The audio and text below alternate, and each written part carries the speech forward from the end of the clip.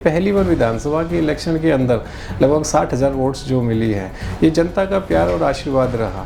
जो है कि प्रियंका गांधी जी वहाँ पहुँची थी, उन्होंने जो है कि नुक्कड़ सभा करी, तब जाकर के इतना 5,500 वोटों का फैसला रह गया।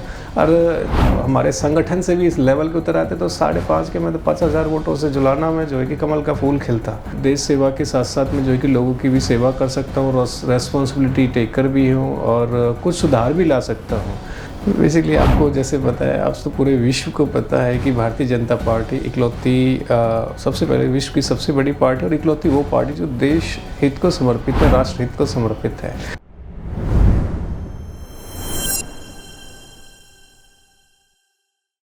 जय हिंद, नमस्कार। मैं अमर जैदी एक बार फिर से आप सबका बहुत स्वागत करती हूँ आज के इस कार्यक्रम में।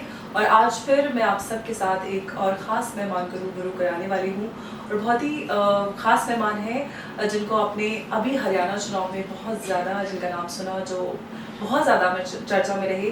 कैप्टन योगेश कुमार जो जुलाना सीट से विनेश फोगाट के सामने उतरे और बड़ा सरप्राइजिंग नाम था और पहले काफ़ी चर्चा हो रही थी आखिर जुलाना में विनेश फोगाट के सामने किसको उतारा जाएगा। तो कैप्टन योगेश कुमार जो कि फ्लाइट कैप्टन भी रहे हैं और सीधे फ्लाइट से जुलाना में लैंड कर गए पॉलिटिक्स में। बात करेंगे उनसे। बहुत बहुत स्वागत है आपका योगेश जी, नमस्कार। नमस्कार जी, और आपके जितने भी व्यूअर्स हैं, सब्सक्राइबर्स हैं, उन सबको मेरी तरफ से नमस्कार। अच्छा, यही बात बताइए, आप इतनी लग्जरियस नौकरी करते थे, अब एक आम आदमी के लिए अगर भारत में बात करें तो विमान में उड़ना ही एक काफ़ी बड़ा अचीवमेंट माना जाता है। आप फ्लाइट कैप्टन रहे और फ्लाइट कैप्टन से सीधे जुलाना में आप ग्राउंड पे पॉलिटिक्स के लिए उतर गया। आखिर ये कैसे फ्लाइट आपकी लैंड की जुलाना में? बेसिकली मैं सोशल वर्कर काफ़ी टाइम से रहा हूँ, तो लोगों के साथ में कनेक्ट रहना एक वन ऑफ माय हॉबी रही है। लोगों से मिलना जुलना और जो है कि देश सेवा साथ के साथ इनबिल्ट थी। जब भी जहाँ भी जैसा भी मौका मिलता था तो मैं दिखाता भी था, लोगों के बीच में जाता भी था। रही बात है पॉलिटिक्स की, पॉलिटिक्स का जो प्लेटफॉर्म मुझे मिला अपने आप को एक दिखाने को लेकर के कि हाँ, मैं देश सेवा के साथ साथ में जो है कि लोगों की भी सेवा कर सकता हूँ, रेस्पॉन्सिबिलिटी टेकर भी हूँ और कुछ सुधार भी ला सकता हूँ। तो ये बहुत सारी चीज़ें दिमाग के अंदर थी, जो एक प्लेटफॉर्म मिला तो आई एक्सेप्टेड इट। लेकिन राजनीति में और देश सेवा करने की जब आपने सोची तो सिर्फ बीजेपी का ख्याल क्यों आया? और भी कोई पार्टी हो सकते थे? बेसिकली आपको जैसे बताया, आज तो पूरे विश्व को पता है कि भारतीय जनता पार्टी इकलौती सबसे पहले विश्व की सबसे बड़ी पार्टी और इकलौती वो पार्टी जो देश हित को समर्पित है, राष्ट्र हित को समर्पित है। और जब से देश की बागडोर माननीय प्रधानमंत्री श्री नरेंद्र मोदी जी ने अपने हाथ में ले रखी, तब से और आज का भारत और इससे पहले का भारत, दोनों में बहुत फर्क है। और पहले के भारत के समय में भी हमने जो है कि काफ़ी सारी उड़ानें करी थी, तो उस समय जो भारत की जो स्थिति थी बहुत ही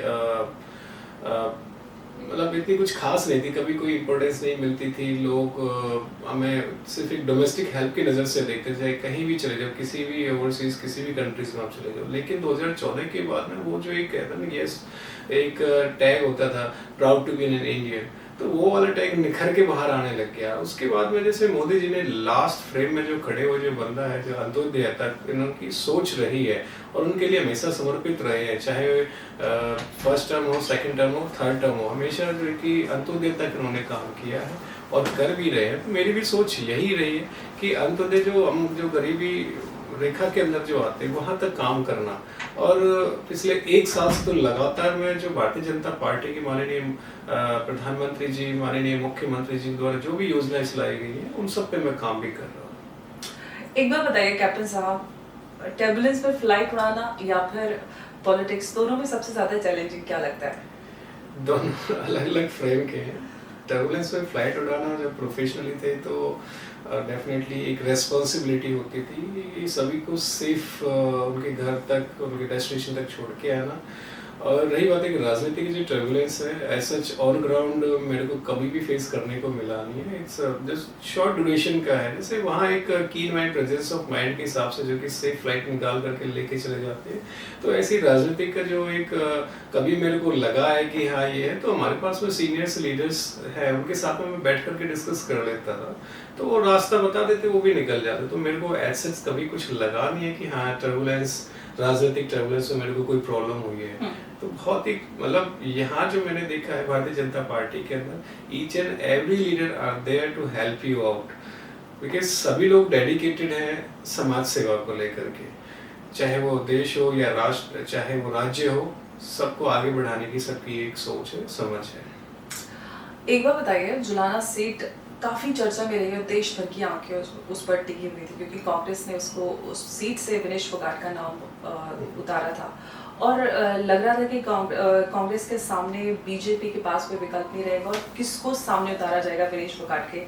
और जब आपका नाम सामने आया और आपको बीजेपी ने विनेश फोगाट के सामने उतारा तो लोगों को ये लग रहा था कि पता नहीं कोई लड़का सा है और विनेश फोगाट के सामने तो कैसे ही टिक पाएगा और बहुत बड़े मार्जिन से हार मिलने वाली है कैप्टन योगेश को। लेकिन आपने तो लगभग सारी समीकरण बदल दी और बहुत बड़ा आपने कंपटीशन दिया विनेश फोगाट को। ये कमाल कैसे कर पाया इतने कम समय में, क्योंकि आपको बहुत कम समय मिला? अगर मैं बात करूं कि सबसे पहले तो मैं अपनी भारतीय जनता पार्टी का बहुत आभारी हूं, माननीय प्रधानमंत्री जी को, सभी नेतृत्व का मैं आभारी हूं जो मुझ जैसे एक छोटे से वर्कर को इतना सपोर्ट किया और एक विश्वास जताया कि हम विनेश फोगाट के सामने जो है कि उतारा और कहीं ना कहीं उनके विश्वास में मैं खरा उतरने की एक छोटी सी मैंने कोशिश करी है, क्योंकि वो सामने वाला जो चेहरा काफ़ी लोगों ने बड़ा बना रखा था, क्योंकि नेशनल इंटरनेशनल मीडिया की नज़र भी उनके सामने थी। लेकिन जब धरातल में मैं उतरा, देखा लोगों का एक जो उम्मीद की जो किरण थी कि हाँ भारतीय जनता पार्टी का कमल के फूल को जिताना है, प्रत्याशी को जिताना है, क्योंकि मैंने भी जब मैं 11 अभी मेरे को डेट भी याद है 11 सितंबर को जब मैं पहली बार टिकट अनाउंस के बाद में जुलाना गया था तो उसकी सरजमी को मैं नतमस्तक होकर के मैं आगे बढ़ा। और क्योंकि प्यार मेरे को जो कि सेवा करने का जो मौका जो जुलाना के अंदर जो भारतीय जनता पार्टी ने दिया, क्योंकि मैं भी धरातल के लेवल से उसको जो है कि स्वीकारना चाहता हूँ और जनता ने मेरे को इतना प्यार और आशीर्वाद दिया। जो फासला था, लोग कहते हैं कि 1 लाख वोटों से वो जीतेगी, 50,000 से जीतेगी, आपस में जो एक दौड़ लगा रखी थी वो सारी जनता ने खत्म कर दी। मेरा इलेक्शन कमल के फूल और जुलाने की जनता ने लड़ा और रिजल्ट आपके सामने है कि जो बड़ी बड़ी बातें किया करते थे वो सारी की सारी जो है कि कुछ भी नहीं है। एंड ऑफ डे लगभग 5,500 वोटों से जो है कि हम कमल के फूल पीछे रह गए। अदरवाइज आगे अभी भी मैं कहता हूँ कि दोबारा से बाई इलेक्शन कराओ और देखते हैं कि कौन आगे आता है। जी बिल्कुल, लेकिन एक बार बताइए, जब रिजल्ट आया चुनाव के हरियाणा के, तो जो पार्टी के सीनियर लीडर्स हैं उनका क्या रिएक्शन था? एक्चुअली जो रिपोर्ट्स वगैरह जो मीडिया के अंदर फ्लैश आउट होने लग रही थी कि इतने बड़े वोट मार्जिन बीच में रहेगा, और हालांकि अगर पास्ट की मैं बात करूं 14 में लगभग 17-18,000 वोट्स बीजेपी को मिली, 2019 के इलेक्शन में लगभग 37,000 के आसपास में वोट्स मिली हैं। ये पहली बार विधानसभा के इलेक्शन के अंदर लगभग 60,000 वोट्स जो मिली है, ये जनता का प्यार और आशीर्वाद रहा। तो जिस दिन रिजल्ट आउट हुआ तो जितनी मैं लीडरशिप टॉप लीडरशिप से मिला उनका आशीर्वाद मैंने लिया, तो सभी लोग सरप्राइज थे रिजल्ट को लेकर के। सभी ने ये कहा कि अगर हमें इतने क्लोज फाइट का हमें अंदेशा भी होता तो डेफिनेटली कोई शक्ति नहीं कि कोई रोक पाए। इनफैक्ट अगर मैं आपको धरातल की मैं बात ही बताऊं, उनको जो लगभग 5,500 का जो मार्जिन रह गया वो कोई खास मार्जिन नहीं है, ये कुछ ना कुछ कमियां रह गई थी जो लास्ट मिनट में जो है रह गई थी। अगर मैं कांग्रेस की तरफ में बात करूं, यूपी कांग्रेस, दिल्ली कांग्रेस, राजस्थान कांग्रेस और हरियाणा कांग्रेस के तो खैर उसमें पार्ट रहा ही रहा है। तो 4-5 स्टेट के जो कि कांग्रेस की लीडरशिप सारे के सारे उन्होंने इलेक्शन मैनेज किए। जब और जो है कि प्रियंका गांधी जी वहाँ पहुंची थी, उन्होंने जो है कि नुक्कड़ सभा करी, तब जाकर के इतना 5,500 वोटों का फैसला रह गया। और अगर हमारे संगठन से भी इस लेवल पे उतर आते तो 5.5 के में तो 50,000 वोटों से जुलाना में जो है कि कमल का फूल खिलता, तो इतना कुछ खास था नहीं।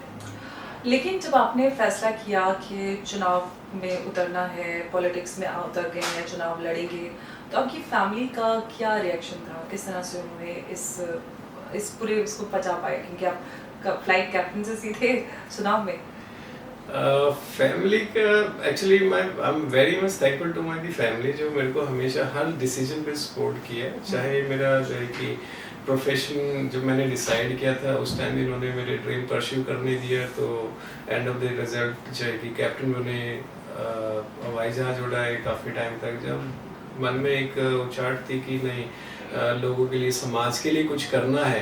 तो मैंने उनको बताया, उनके लिए भी थोड़ा सरप्राइजिंग था कि एक सडनली ये चीज़ें डिसीजन कैसे आप लेकर के आप आए हो। तो उनको मैंने समझाया कि कुछ सपने हैं जो मेरे को चेज़ करने हैं और लोगों की सेवा करनी है, क्योंकि मैं लगातार करते हुए आया हूँ। मैंने हमेशा मतलब being a social worker old age home में मैं गया हूँ, ऑर्फनेजेस हाउसेस में गया हूँ, गौशाला में गया हूँ।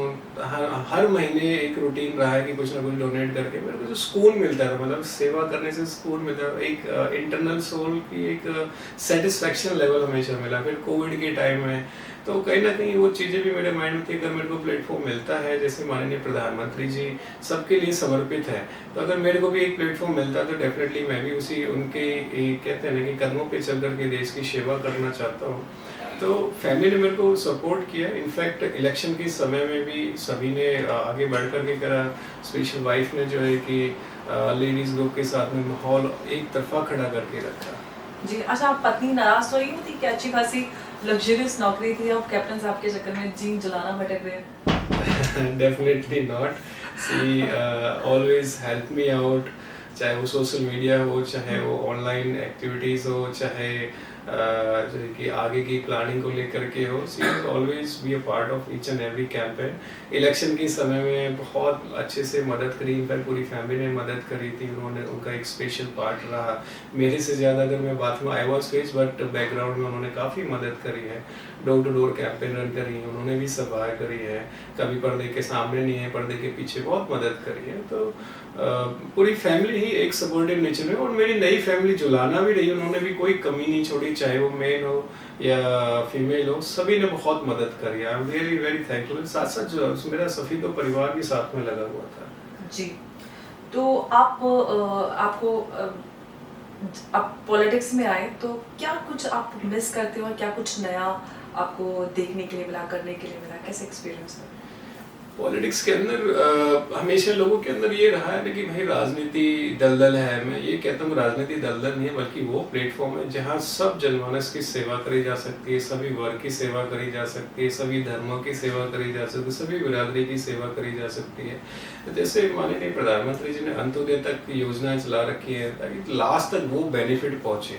कहीं ना कहीं मेरे को लगा कि हाँ, हम भी कर सकते हैं कुछ नई मतलब इसमें कुछ चीज़ें ऐड ऑन कर सकते हैं। तो वो एक हमेशा एक दिमाग के अंदर फैक्टर रहा है। इनफैक्ट लगभग इलेक्शन कैंपेनिंग के टाइम लगभग 4000 परिवार को ये जो माननीय प्रधानमंत्री जी और माननीय मुख्यमंत्री जी के द्वारा जो योजनाएं रही हैं जनता तक पहुंचाने का काम किया। अभी भी मैं उस पर उतारू हूँ, उस पर भी काम कर ही रहा हूँ।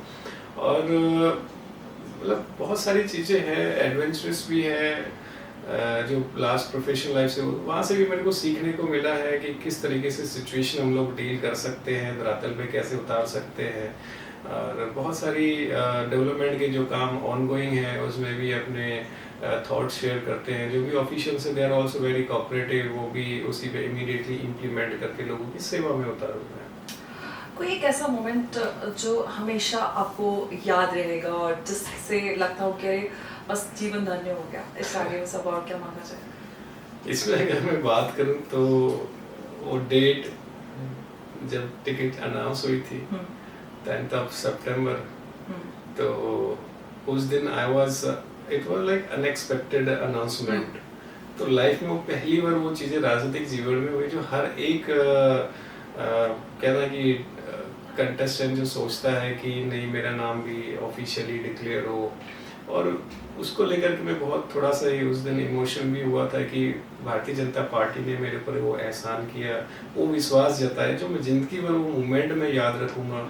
इमीडिएटली थाउजेंड्स कॉल्स आना, लोगों का तांता बढ़ना, सबकी उम्मीद का तांता बढ़ना कि भाई आप जुलाना से प्रत्याशी हो। और उस टाइम मैं घर पर था तो जुलाना से काफ़ी लोग मेरे पास में आए थे। लाइक वो इसलिए आए थे कि उनको मेरी वर्किंग स्टाइल पता थी कि मैं काम करने का जो तरीका है माननीय प्रधानमंत्री और नायब सैनी जी से प्रेरित होकर के उनकी योजनाओं पे, उनके जो वर्किंग स्टाइल को लेकर के मैं धरातल भी तैयार कर रहा था। तो उनको उम्मीद थी कि जुलाना जिस कैंडिडेट की जो एक चाह, एक राह देख रहे थे, वो एक कैंडिडेट उनके सामने भी आ गया। और काम करने को लेकर के मैं थोड़ा सा क्लियर थॉट है मेरी।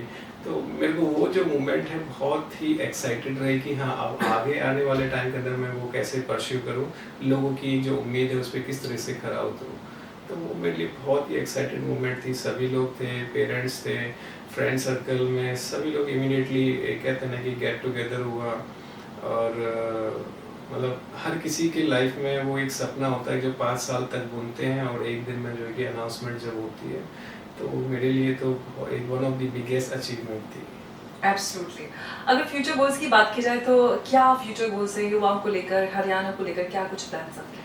अगर फ्यूचर गोल्स की मैं बात करूं तो सबसे पहले यूथ को हेल्थ को लेकर के मैं तो बहुत कोशिश रहूँगा कि अभी जैसे रिसेंटली आपने देखा होगा ड्रग्स वगैरह को लेकर के, ड्रग्स फ्री, साथ के साथ एम्प्लॉयमेंट को लेकर के, जैसे मैंने एक कॉन्स्टिट्यूंसी में जॉब फेयर भी मैंने लगाया और मेरे भविष्य में भी जुलाना के अंदर भी वो मैं लगाऊंगा।